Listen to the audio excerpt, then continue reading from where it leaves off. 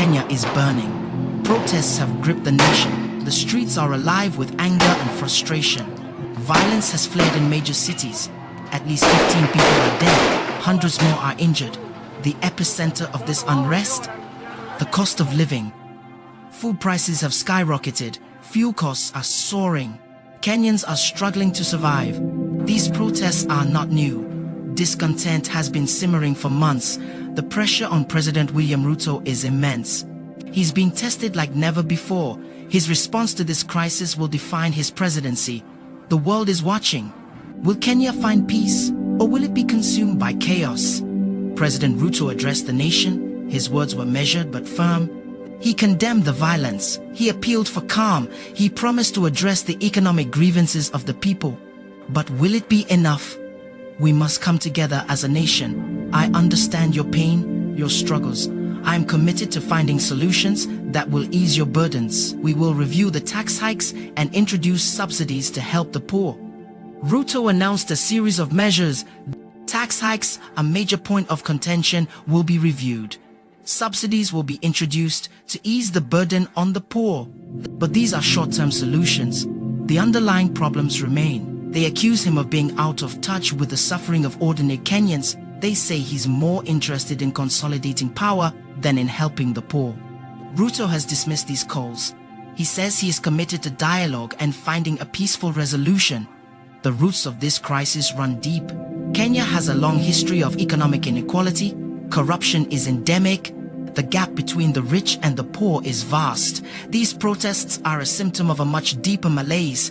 The government has promised to tackle corruption. It has pledged to create jobs. It has vowed to invest in education and healthcare. But these promises have been made before and broken. We are tired of empty promises. We want to see real change. We want to see our lives improve. We want a government that works for us, not against us. The question is, are we willing to wait? President Ruto has blamed the opposition for inciting violence. He has accused them of exploiting the situation for political gain. The opposition denies these charges.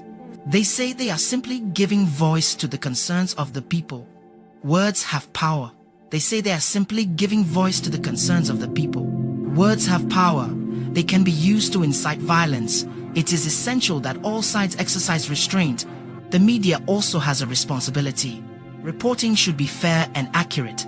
Sensationalism should be avoided. The goal should be to inform the public, not to inflame them.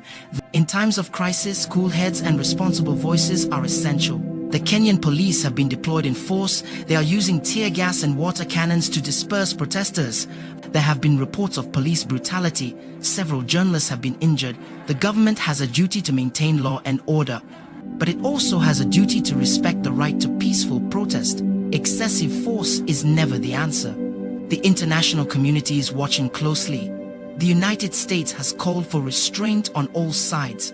The African Union has urged dialogue. The message is clear: violence is not the answer. Kenya is a democratic beacon in East Africa. It is a vital ally in the fight against terrorism. The world has a vested interest in seeing stability restored.